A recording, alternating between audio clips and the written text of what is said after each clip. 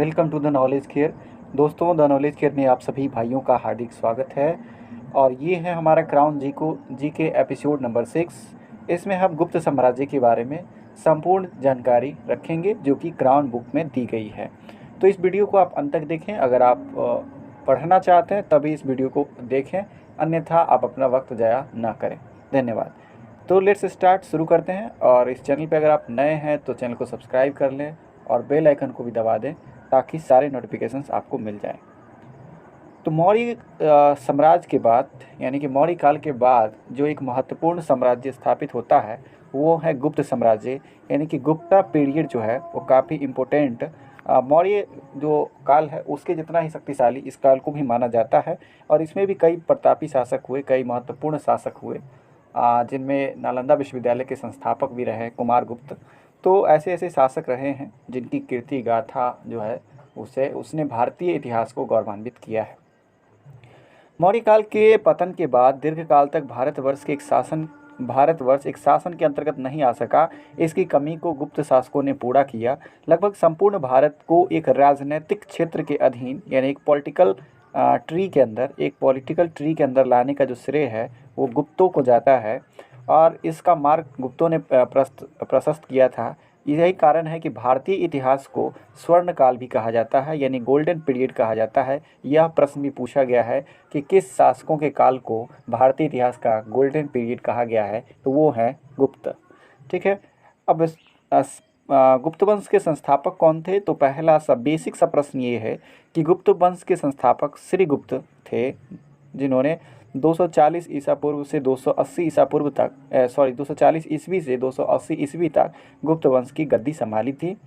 प्रभावती गुप्ता के पूना ताम्रपत्राभिलेख में श्री गुप्त को आदिराज कहा गया है। ठीक है।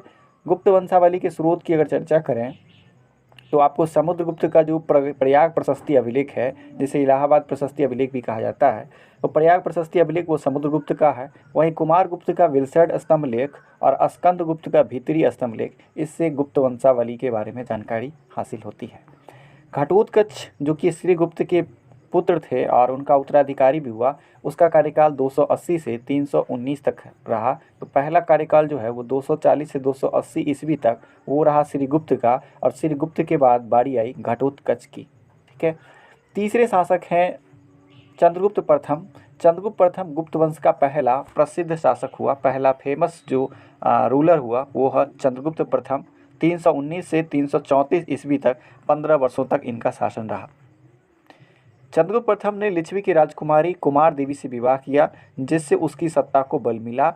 तो यह जो हर्यक वंश के संस्थापक रहे, बिंबिसार की तरह ही इन्होंने भी विवाह नीति को अपनाया और कुमार देवी से इनका विवाह हुआ, जिससे उनकी सत्ता को मजबूती मिली।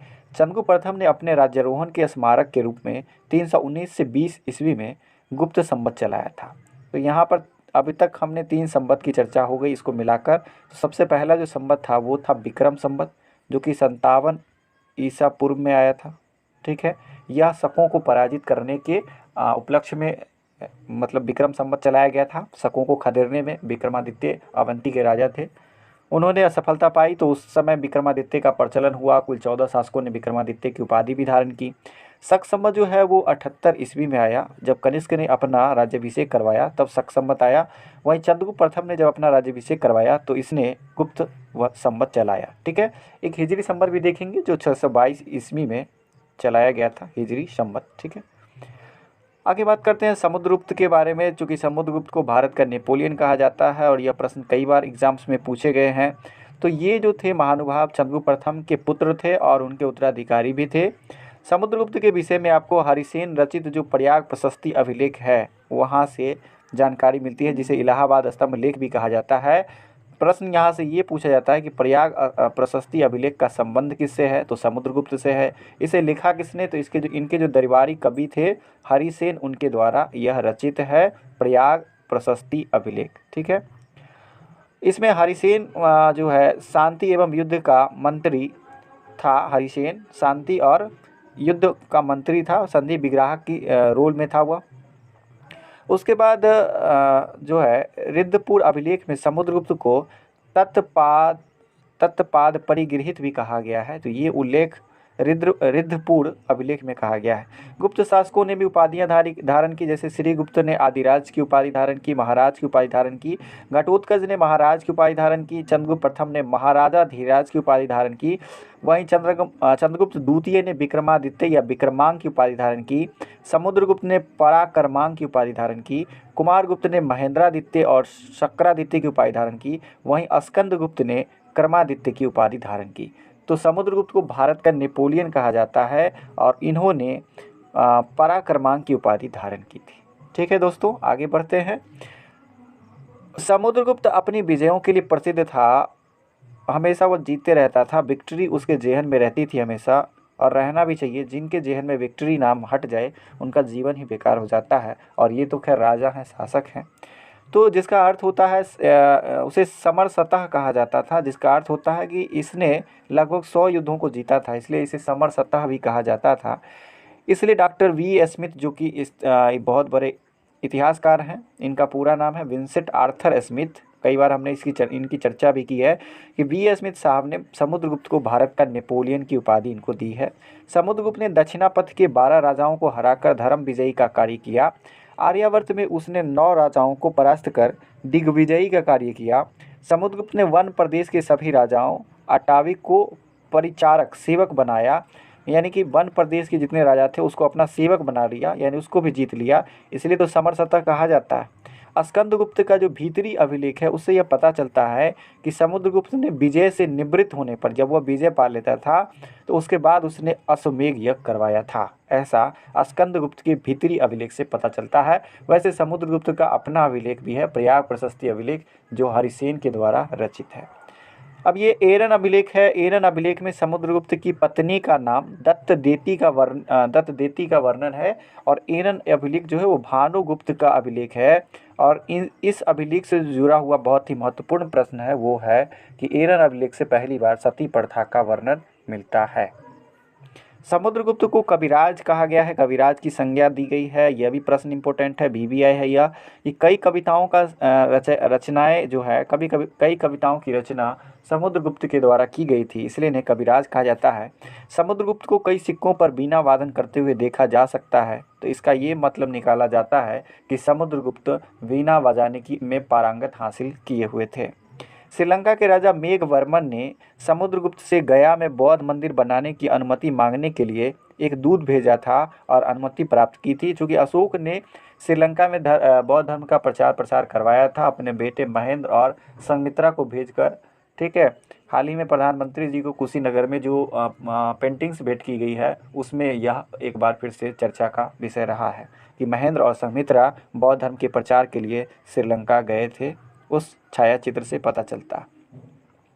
उसके काल की 6 प्रकार की स्वर्ण मुद्राएं मिली है, जिसमें गरुड़, अश्वमेघ, धनुर्धर, व्याघ्रहंता, परशु और वीणा सारन। ठीक है, ये 6 प्रकार की अलग अलग स्वर्ण मुद्राएं समुद्रगुप्त के समय चलाई गई। समुद्रगुप्त ने अश्वमेघ यज्ञ के बाद पराक्रमांक की उपाधि धारण की थी, पराक्रमांक की उपाधि धारण की थी। हालांकि इन्हें भारत का नेपोलियन कहा जाता है और कविराज की संज्ञा भी दी जाती है। इनकी जो पारंगता है वो वीणा वादन करते हुए सिक्कों पर इन्हें दर्शाया गया है।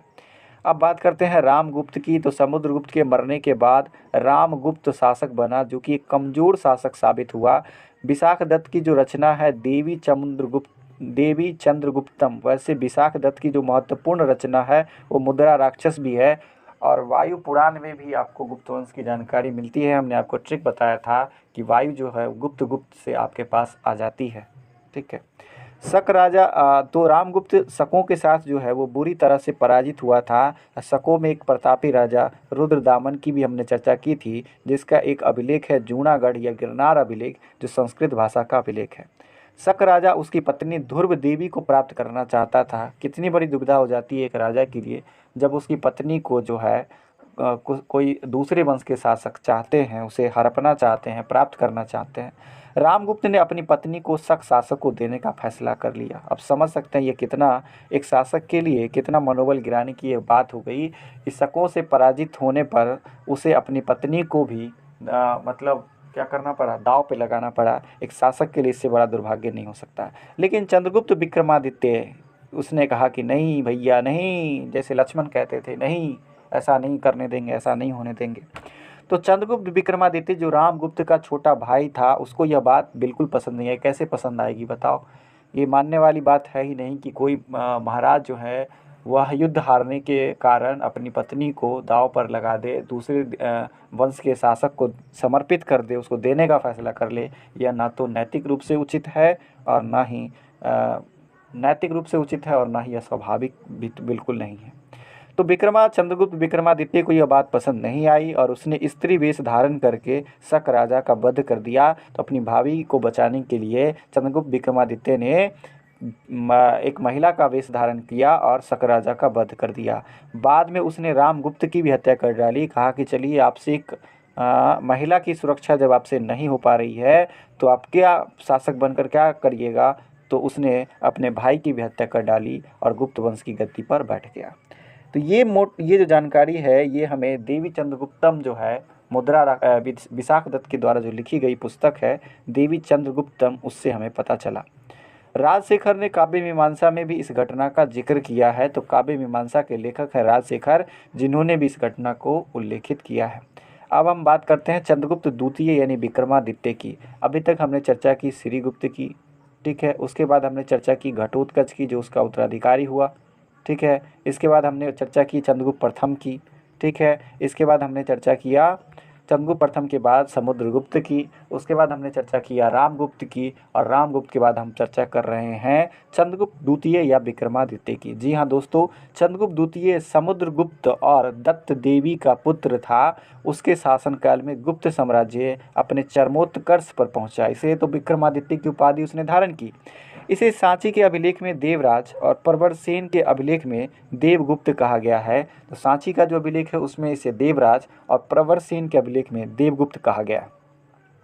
मेहरौली स्तंभ लेख जो कि दिल्ली में स्थित है उसमें राजा चंद्र का वर्णन है, जिसकी पहचान चंद्रगुप्त द्वितीय से होती है। और चंद्रगुप्त द्वितीय के जितने भी विजयी अभियान हैं या उसके जो जीतने के जो भी क्या कहते हैं जो भी विजय है उसका वर्णन जो है मेहरौली स्तंभ लेख में है और वह दिल्ली में स्थित है। उसने वैवाहिक संबंध और विजय दोनों का सहारा लिया चंद्रगुप्त द्वितीय ने, जैसा कि हर एक वंश के शासकों ने लिया, वहीं पे चंद्रगुप्त प्रथम ने भी लिया राजकुमार देवी से विवाह करके। वहीं चंद्रगुप्त द्वितीय ने भी यह नीति अपनाई और उसने अपनी पुत्री प्रभावती का विवाह वाकाटक शासक रुद्रसेन द्वितीय से करवाया। उसके मरने के बाद उसका नाबालिग पुत्र उसका उत्तराधिकारी बना और इस प्रकार प्रभावती खुद वास्तविक शासिका बन गई। तो प्रभावती जो उसकी बेटी थी चंद्रगुप्त द्वितीय की, उसका विवाह वाकाटक वंश के शासक रुद्रसेन द्वितीय से हुआ। विवाह नीति से साम्राज्य विस्तार किया गया, लेकिन रुद्रसेन द्वितीय के मरने के बाद उसके बेटे जो नाबालिग था वह सत्ता संभाला, लेकिन मूल रूप से जो सत्ता है वो प्रभावती के हाथ में थी। वाकाटक की सहायता से चंद्रगुप्त द्वितीय ने शकों को हराया। वाकाटक की सहायता से चंद्रगुप्त द्वितीय ने शकों को पराजित किया। इस उपलक्ष्य में उसने चांदी के सिक्के जारी किए। इस विजय के बाद उसे सकारी कहा गया, चूँकि उसने शकों का अंत कर दिया इसलिए चंद्रगुप्त द्वितीय को सकारी कहा। एक बार उसने अपने भाभी को बचाने के लिए महिला का वेश धारण करके शकों का वध किया, फिर उसने अपने भाई की हत्या कर गद्दी हथियाई यानी गद्दी संभाल ली और उसके बाद वह एक बार फिर से रुद्रसेन द्वितीय की सहायता से या वाकाटक के शासक रुद्रसेन द्वितीय जो उसका क्या वो दामाद हुआ, प्रभावती इसकी बेटी थी, उसके साथ उसका विवाह हुआ था। तो वाकाटक की सहायता से चंद्रगुप्त द्वितीय ने शकों को पराजित किया और इस उपलक्ष्य में उसने चांदी के सिक्के चलाए और सकारी उपाधि धारण की। उसके बाद उसने विक्रमादित्य की उपाधि धारण की, इसलिए चंद्रगुप्त द्वितीय को विक्रमादित्य भी कहा जाता है। चंद्रगुप्त सेकेंड को विक्रमादित्य या चंद्रगुप्त विक्रमादित्य भी कहा जाता है। चंद्रगुप्त द्वितीय के उदयगिरी अभिलेख के अनुसार उसका जो संपूर्ण उद्देश्य था वो पृथ्वी को जीतना था। यह उदयगिरी के अभिलेख से पता चलता है कि चंद्रगुप्त द्वितीय का जो लक्ष्य था वो पूरे क्या कहना कॉस्मोपॉलिटन बनने का इसका सपना था। कॉस्मोपॉलिटन एक शब्द है जिसका मतलब होता है पूरी दुनिया का शासक, ठीक है। कॉस्मोपोटेंट सब शक्तिशाली, कॉस्मोपॉलिटन बनने का इसका सपना था। उसकी राजधानी पाटलिपुत्रा थी। उसने उज्जैन में दूसरी राजधानी बनाई थी जो कि कालिदास और अमर सिंह जैसे विद्वान से विभूषित थे। तो चंद्रगुप्त द्वितीय के दरबार में नवरत्न भी रहा करते थे, जैसे अकबर के दरबार में रहते थे उसी टाइप के। तो अकबर तो बाद में आए ना, अकबर ने तो नकल किया भाई। चंद्रगुप्त द्वितीय वैष्णव था और उसने परम भागवत की उपाधि धारण की। चंद्रगुप्त द्वितीय वैष्णव संप्रदाय को मानता था इसी और उसने परम भागवत की उपाधि धारण की। चंद्रगुप्त द्वितीय के समय ही चीनी बौद्ध यात्री फाहियान आया था। ये भाई साहब वीवीआई है, ये आपको भी पता है कि ये कितना वीवीआई है।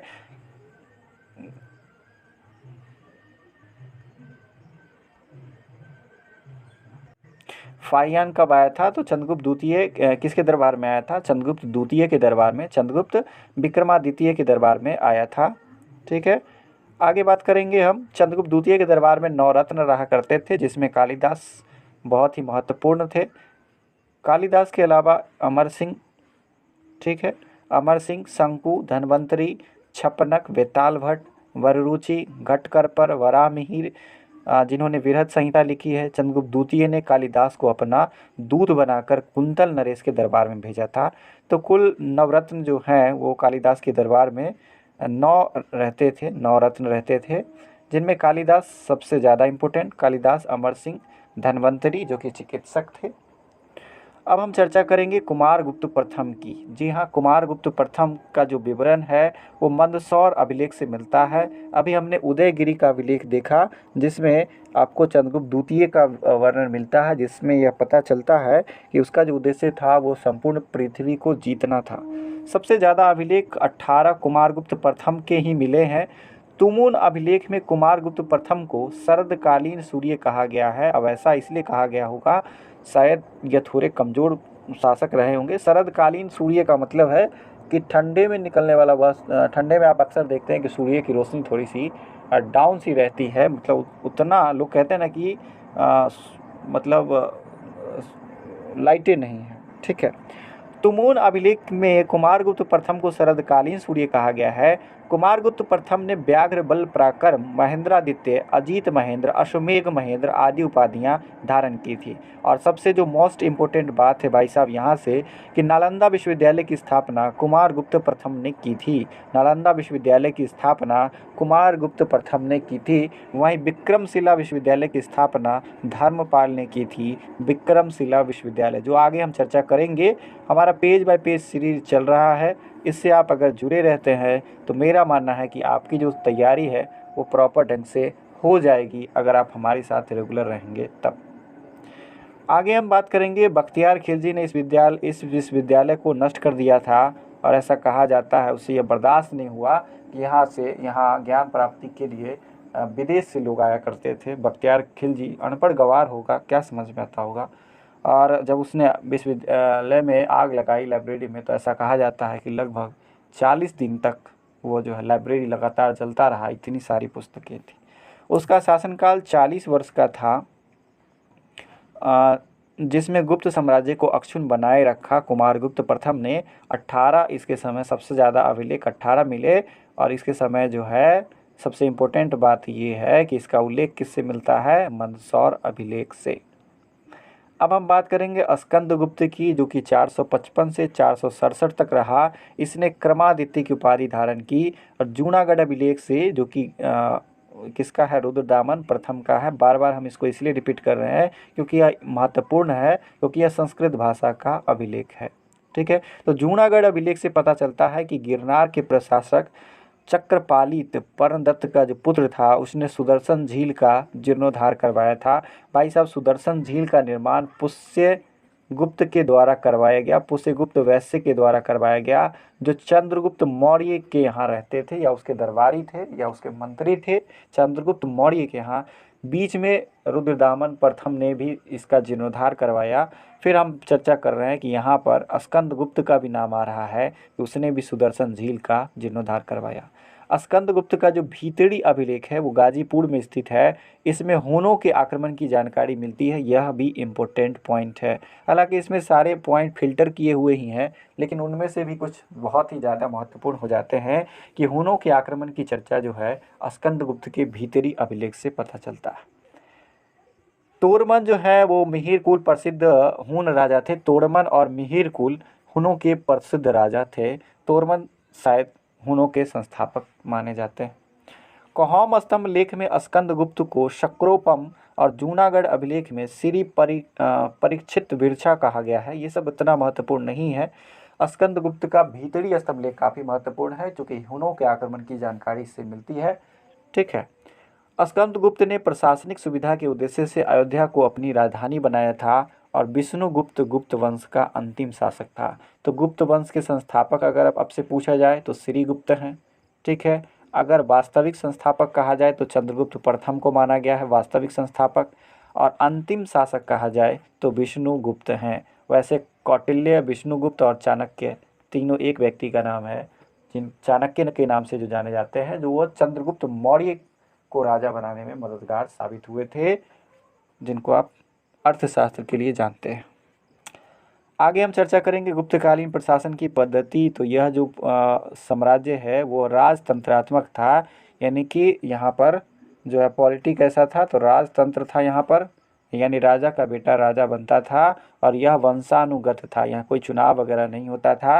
राजगद्दी हमेशा ज्येष्ठ पुत्र को ही नहीं मिलती थी, यह ऐसा नहीं था कि राजा का बेटा ही राजा बनेगा तो हमेशा बड़ा बेटा ही बनेगा, ऐसा नहीं। क्योंकि हमने देखा कि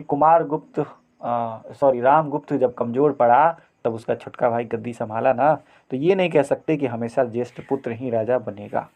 गुप्त साम्राज्य की राजधानी पाटलिपुत्रा थी। हालांकि कुछ राजाओं ने अलग अलग जगह राजधानी बनाई, कुछ ने अयोध्या भी बनाई, कुछ ने उज्जैन भी बनाई, लेकिन मुख्य जो राजधानी थी वो पाटलिपुत्रा ही थी। गुप्त राजाओं ने प्रांतीय एवं स्थानीय शासन की पद्धति चलाई। राज्य कई भुक्तियों यानी कि प्रांतों में बटा हुआ था, भुक्ति प्रांत को कहा जाता था। हर भुक्ति का प्रभारी जो है उपरीक होता था। भुक्तियाँ कई विषयों में विभाजित होती थी, जिसका प्रभारी विषयपति होता था। लेकिन ये एक बात बहुत अच्छी लग रही है कि विषय का जब भी हेड आ रहा है तो उसे विषयपति ही कहा जा रहा है। जैसे कि हमने देखा था कि मौर्य काल में वहाँ पर कुल था, फिर ग्राम था, फिर विष था और जन था। फिर हमने आगे चर्चा किया तो वहाँ पर भी मौर्य वंश में भी विष का उल्लेख आया है, यहाँ पर भी विष का उल्लेख है। विषयपति, प्रत्येक विषय को विथियों में बांटा जाता था और वित्तीय ग्रामों में बटा हुआ था। पेठ क्या था, ये पॉइंट पूछा जा सकता है कि पेठ जो है ग्राम समूह की इकाई थी और ग्राम जो है सबसे छोटी इकाई थी। तो आपसे पूछा जा सकता है कि गुप्त साम्राज्य की सबसे छोटी इकाई क्या थी, तो ग्राम, और पेठ जो है वह ग्रुप ऑफ विलेजेस होता था, यानी ग्रुप ऑफ ग्राम, ग्रामों के समूह को पेठ कहा जाता था। ग्राम सभा की बात करें तो ग्राम का प्रशासन ग्राम सभा द्वारा संचालित होता था, जिसका मुखिया ग्रामिक कहलाता था। ये भी अच्छी बात है, वहाँ पर ग्राम के हेड ग्रामणी हुआ करते थे वैदिक काल में, और यहाँ ग्राम का हेड ग्रामिक कहलाता है। मौर्य काल में भी ग्राम का हेड ग्रामिक ही होता था। अन्य सदस्य को महतर कहा जाता था। हालांकि ग्राम सभा अभी भी प्रचलन में है, जहाँ पर पंचायतीय प्रणाली है, त्रिस्तरीय पंचायत प्रणाली। ग्राम सभा को पंचमंडली एवं ग्राम जनपद कहा जाता था। गुप्ता किसे कहा जाता था, तो यह देश का प्रशासक था जो सम्राट के द्वारा डायरेक्ट अपॉइंट किया जाता था। ठीक है, यानी कि सरकार के द्वारा जो फिलहाल मंत्री अपॉइंट होते हैं उन्हीं को हम गुप्त कह सकते हैं। समुद्रगुप्त के पदाधिकारी की बात करें तो संधि विग्राहक था, जो कि संधि और युद्ध का मंत्री था। चूँकि हरिसेन जो था वो यही पद संभाले हुए था, वो संधि और युद्ध का मंत्री था हरिसेन, जिसने प्रयाग प्रशस्ति अभिलेख की रचना की है। कुमारामात्य जो है गुप्त साम्राज्य का सबसे बड़ा अधिकारी होता था। खाद्य तपाकिका, ठीक है, तो ये खाद्य से रिलेटेड ही है, तो राजकीय भोजनालय यानी गवर्नमेंट हॉस्टल संभालता था। महादंडनायक की बात करें तो न्यायाधीश को महादंडनायक कहा जाता था। धुर्वाधिकरण, भूमिकर वसूलने वाले प्रमुख अधिकारी को धुर्वाधिकरण कहा जाता था। चंद्रगुप्त द्वितीय के पदाधिकारी सब कुछ अलग भी रहे, इसलिए उपरीक प्रांत के राज्यपाल कुमारामात्य प्रशासनिक अधिकारी को दंडपाशिक पुलिस विभाग के हेड को कहा जाता था। महादंडनायक मुख्य न्यायाधीश को बलाधिकृत सैन्य कोष के अधिकारी को कहा जाता था। महाप्रतिहार मुख्य द्वारिक को कहा जाता था। सैन्य संगठन की बात कर रहे हैं तो सम्राट सेना का हेड होता था। वर्तमान में राष्ट्रपति जी सेना के हेड होते हैं। President of India head of army होते हैं। युवराज, सम्राट के वृद्ध होने पर सेना की अध्यक्षता युवराज करता था। अगर सम्राट बूढ़े हैं तो युवराज जो है वो सेना की अध्यक्षता करते थे, यानी अगवानी करते थे। सेना कई भागों में बटी होती थी, जैसे कि गज सेना, अश्वसेना, उसके अलावा भंडाधिकृत, यानी दो टाइप की सेना, गज सेना और अश्वसेना। गज सेना का जो हेड होता था महापीलुपति होता था। वैसे भी पिलमान कहा जाता है, शायद पिलवान शब्द का प्रयोग देहातों में किया जाता है। वो बैल चलाने वाले को कहा जाता है, हाथी चलाने वाले को भी पिलवान ही कहा जाता है। अश्वसेना तो इसके जो हेड होते थे वो महाअश्वपति और या भटास्पति होते हैं, ठीक है। रण भांडाधिकृति, ये सैन्य कार्य में आने वाली सामग्री, मतलब रण रण मतलब होता है युद्ध, ठीक है। तो युद्ध क्षेत्र में जो सामान लगता था वो उसके आपूर्ति करने वाले ये हेड होते थे, रसद सामग्री वगैरह पहुंचाते थे। सामाजिक जीवन की बात करें तो गुप्त समाज जो है वो 4 वर्णों में बटा था, ब्राह्मण, क्षत्रिय, वैश्य, शूद्र, जैसा कि वैदिक काल में भी उल्लेख है। वैसे ऋग्वेद में आपको 10वें मंडल में जो पुरुष सूक्त है उसमें यह वर्णित है, 4 वर्णों का उल्लेख है।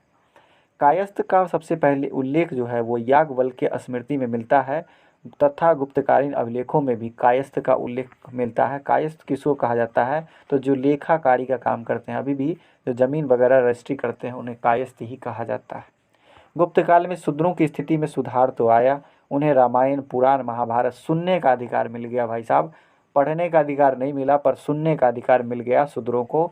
शूद्रों की पहचान जो है वो कृषक के रूप में यानी किसान के रूप में होने लगी और इन्हें रामायण, पुराण और महाभारत सुनने की इजाज़त मिल गई। बड़ी अच्छी बात है। समाज में छुआछूत का प्रचलन था, स्त्रियों की दशा में थोड़ी गिरावट आई। ऐसे वैदिक काल में, पूर्व वैदिक काल या ऋग्वैदिक काल में स्त्रियों की दशा ठीक थी, उत्तर वैदिक काल आते आते स्थिति गड़बड़ा गई और गुप्त काल में भी स्त्रियों की दशा में गिरावट आई। निचले 2 वर्णों की स्त्रियों को जीवन निर्वाह के लिए अर्जन करने की स्वतंत्रता मिली, जो कि ऊपरी 2 वर्णों की स्त्रियों को प्राप्त नहीं थी। यानी कि ब्राह्मण और क्षत्रिय की जो महिलाएं हैं वो कामकाज नहीं कर सकती थी, जबकि शूद्र और वैश्य और शूद्र की जो महिलाएं हैं वो कामकाज कर सकती थी, वो पैसों की अर्निंग कर सकती थी, उन्हें इजाज़त था। एक विवाह की प्रथा नहीं थी, गुप्त शासक बहु विवाह करते थे, कई विवाह करते थे। चंद्रगुप्त द्वितीय और कुमारगुप्त प्रथम की अनेक पत्नियां थीं। चंद्रगुप्त प्रथम ने भी तो विवाह किया था कुमार देवी के साथ। हालांकि चंद्रगुप्त द्वितीय और कुमारगुप्त प्रथम ने कई पत्नियों के साथ मतलब कई विवाह किए थे। समाज में सती प्रथा प्रचलन में थी। तो भाई साहब, गुप्त वंश के समय जो है सती प्रथा प्रचलन में थी। सेनानी गोपराज की पत्नी उसके साथ चिता पर जल गई थी और इसी का उल्लेख भानुगुप्त के एरन अभिलेख में मिलता है 510 ईस्वी में। सती प्रथा का पहला उल्लेख जो है वो भानुगुप्त के एरन अभिलेख से मिलता है, जिसमें गोपराज की पत्नी जो है वह चिता पर जल गई थी। स्मृतिकार कात्यायन के अनुसार स्त्री अपने स्त्री धन के साथ अपनी अचल संपत्ति को भी बेच सकती थी, यह अधिकार था, यह कात्यायन ने लिखा है, ठीक है। समाज में वेश्यावृत्ति का अस्तित्व था, वेश्याओं को गणिका कहा जाता था। इससे पहले भी हमने पढ़ा था मौर्य काल में जो वेश्यावृत्ति, स्वतंत्र वेश्यावृत्ति अपनाती थी उसे रूप जीवा कहा जाता था, और वहाँ भी वेश्याओं को गणिका भी कहा जाता था। लेकिन जो मैच्योर प्रोफेशनल जो उसे प्रोफेशनल मानकर चलती थी उसे रूप जीवा भी कहा जाता था। धार्मिक जीवन की बात करें तो गुप्त काल में बौद्ध धर्म को राजाश्रय मिलना समाप्त हो गया तथा भागवत धर्म केंद्र बिंदु बन गया था। यानी कि यहाँ पर वैष्णव संप्रदाय ने जड़ मजबूत कर ली थी। गुप्त शासक जो है वैष्णव धर्म को मानते थे। चंद्रगुप्त द्वितीय भी वैष्णव धर्मावलंबी थे। इस काल में त्रिमूर्ति अर्थात ब्रह्मा सृजन करने वाला, विष्णु को पालन करने वाला और महेश को संहार करने वाले की पूजा होती थी। यानी कि ब्रह्मा, विष्णु, महेश, ठीक है, त्रिदेवों की जो चर्चा है वो यहाँ पर आ गई थी कि ब्रह्मा, विष्णु, महेश। ब्रह्मा जो है वो निर्माण करता है, विष्णु पालनहार है और महेश जो है वो मोक्ष तक ले जाते हैं, ठीक है, संहार करने वाले हैं। गुप्त काल में मूर्ति पूजा ब्राह्मणीय धर्म का सामान्य लक्षण हो गया था। चंद्रगुप्त द्वितीय समुद्रगुप्त के सिक्कों पर विष्णु के वाहन गरुड़ का चित्र पाया जाता है। इससे यह पता चलता है कि गुप्त वंश का जो राजकीय चिन्ह था वो क्या था, गरुड़ था। गुप्त वंश का राजकीय चिन्ह गरुड़ था, जबकि मौर्य वंश का जो राजकीय चिन्ह था वो मयूर था। तो मयूर मौर्य वंश का था। यह बहुत ही शाब्दिक रूप से भी रिलेटेड है, याद करने में परेशानी नहीं है। देवगढ़ जो कि झांसी में है, झांसी उत्तर प्रदेश में, यहाँ दशावतार मंदिर गुप्त युग का वैष्णव धर्म संबंधी सबसे महत्वपूर्ण अवशेष है। यह मंदिर किस शैली में है या किस श्रेणी में है, तो यह पंचायतन श्रेणी का उदाहरण है। गंगाधर अभिलेख में विष्णु को मधुसूदन कहा गया है। अब विष्णु को मेगास्थनीज ने हेराक्लीज कहा था, वहीं भगवान शिव को डायनीसियस भी कहा था। हरिहर के रूप में शिव को विष्णु के साथ दर्शाया गया है, जो वैष्णव और शैव धर्म का कोऑर्डिनेशन का सर्टिफिकेट है।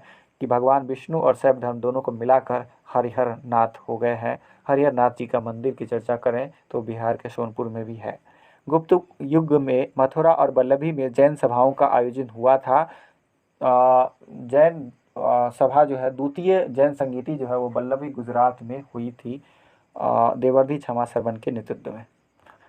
आर्थिक जीवन की बात करें तो गुप्तकालीन मुद्राएं और अभिलेख तात्कालिक आर्थिक समृद्धि को दर्शाते हैं। गुप्तों ने स्वर्ण सिक्के भी जारी किए थे। सबसे ज़्यादा स्वर्ण सिक्के गुप्तों ने चलाए, हालांकि शुद्ध नहीं थे, बाद में दिक्कत आ गया। कृषि मूलक अर्थव्यवस्था, व्यापार, विकसित उद्योग धंधे गुप्तकाल की समृद्धि के कारण है। भूमि चार प्रकार के होते थे। लैंड के जो काइंड्स होते थे वो चार होते थे। क्षेत्र भूमि उसे कहा जाता था जहाँ पर कृषि की जाती थी, तो कृषि की जो भूमि थी उसे क्षेत्र भूमि कहा जाता था।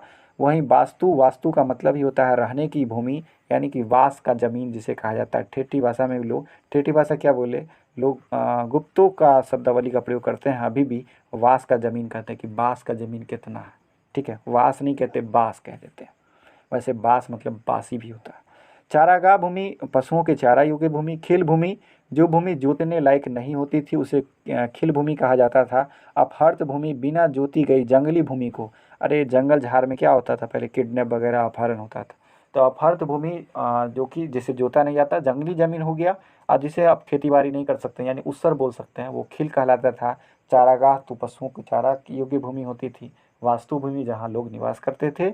वही कृषि योग्य भूमि को क्षेत्र भूमि कहा जाता था। कर व्यवस्था की बात करें तो आय का जो मुख्य स्रोत था वो भू राजस्व था। लैंड रिवेन्यू सिस्टम जो था वो महत्वपूर्ण था पहले के शासकों के लिए, ठीक है। यह अंग्रेजों के समय भी बहुत इम्पोर्टेंट था। वर्तमान में भी राज्य सरकार के लिए यह महत्वपूर्ण स्रोत है। इसका जो कर था वो 1/4 से 1/6 भाग तक लिया जाता था। गुप्तकालीन राजाओं की जो आर्थिक शब्दावली थी, इकोनॉमिकल जो वोकैब था, वो कुछ इस प्रकार से था। भाग कहा जाता था, भाग का मतलब ही होता है हिस्सा। तो राजा को भूमि उत्पादन से जो मिलता था उसे हिस्सा भाग कहा जाता था।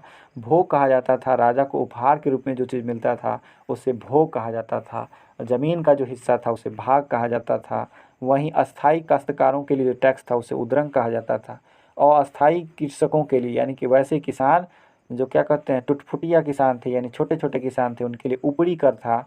वहीं नकद के रूप में जो टैक्स मिलता था उसे हिरण्य कहा जाता था।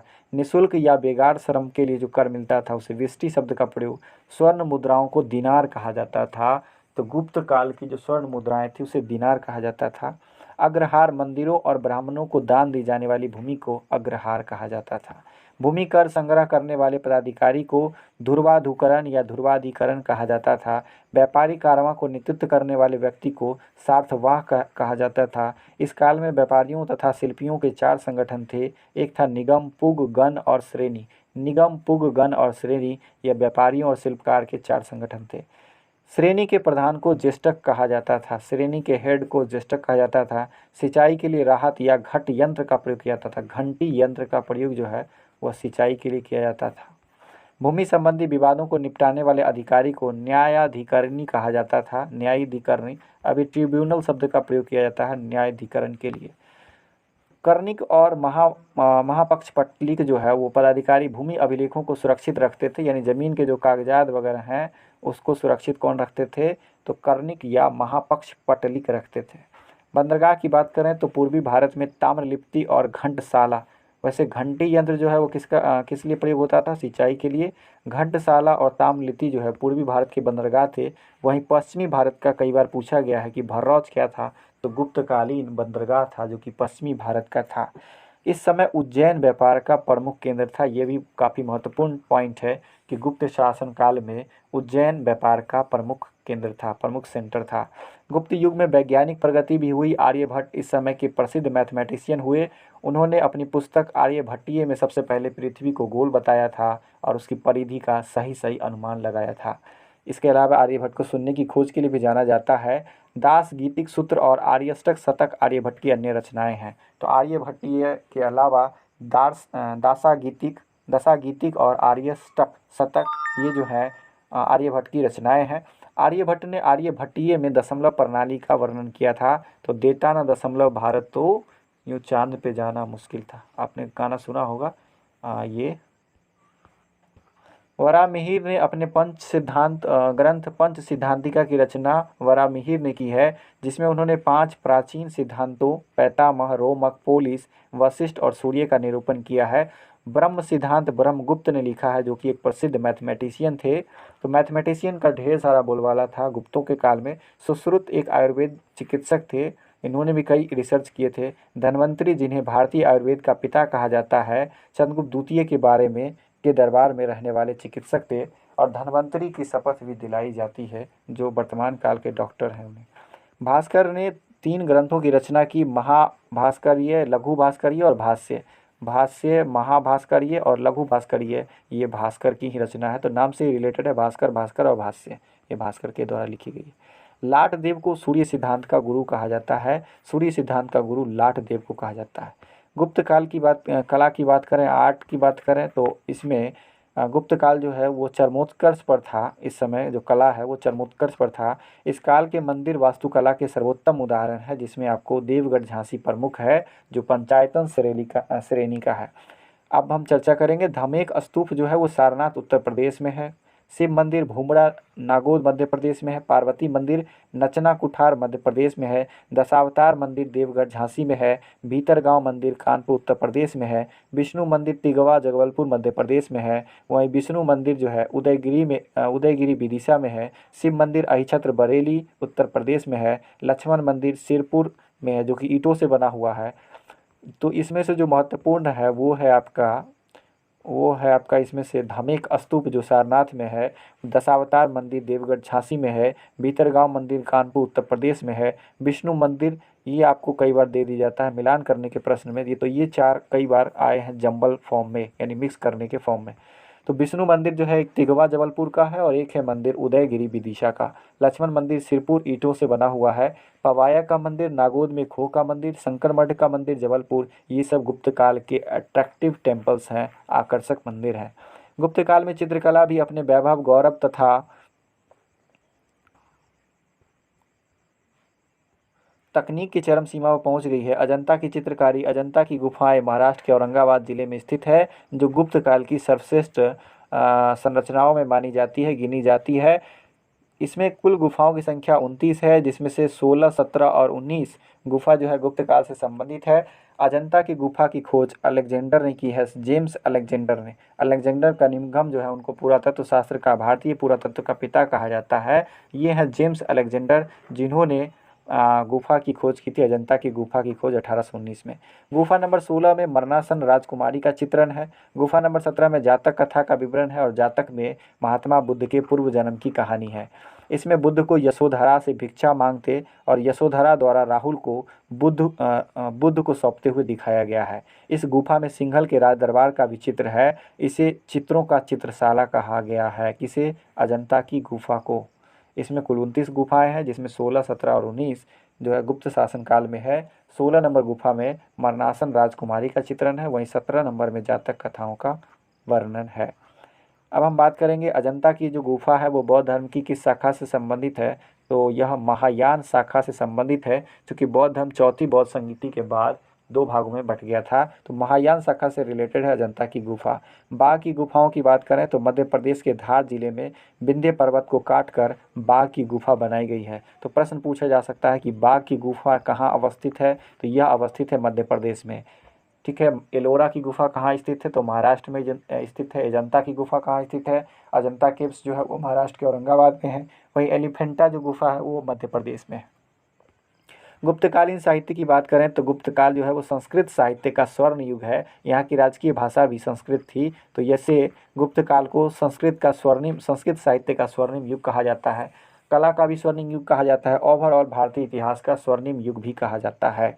कालिदास जो चंद्रगुप्त द्वितीय के दरबार में थे, संस्कृत भाषा के सबसे फेमस राइटर थे, इसलिए इन्हें भारत का शेक्सपियर कहा जाता है। याज्ञवल्क्य स्मृति, कात्यायन स्मृति, बृहस्पति स्मृति, पराशर स्मृति की रचना गुप्त काल में हुई। वहीं वीरसेन की जो उदयगिरी गुहा अभिलेख है, उदयगिरी गुहा अभिलेख से आपको चंद्रगुप्त द्वितीय के बारे में भी जानकारी मिली थी। मंदसौर प्रशस्ति अभिलेख की रचना जो है वो वत्स भट्टी ने किया था। मंदसौर अभिलेख से जो है राजा यशोवर्मन का उल्लेख मिलता है। उनसे रिलेटेड है। कालिदास की रचनाएं जो है उनमें अभिज्ञान शकुंतलम, ऋतु संहारम, मालविका अग्निमित्रम, कुमार संभवम, मेघदूतम, रघुवंशम, विक्रम वंशियम, ये सब कालिदास की रचनाएं हैं। वहीं स्वप्न वासवदत्ता कई बार पूछा गया है, भास इसके लेखक हैं।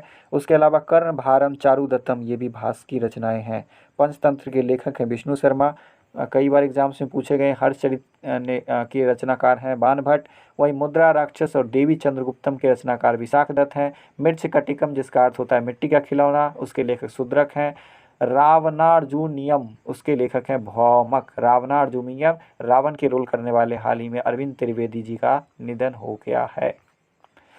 वत्स भट्टी ने रावण वध की रचना की है। वहीं राजशेखर ने काव्य मीमांसा की और अमर सिंह ने अमरकोश की रचना की है। एक अमर सिंह आपको 1857 की क्रांति में भी मिलेंगे।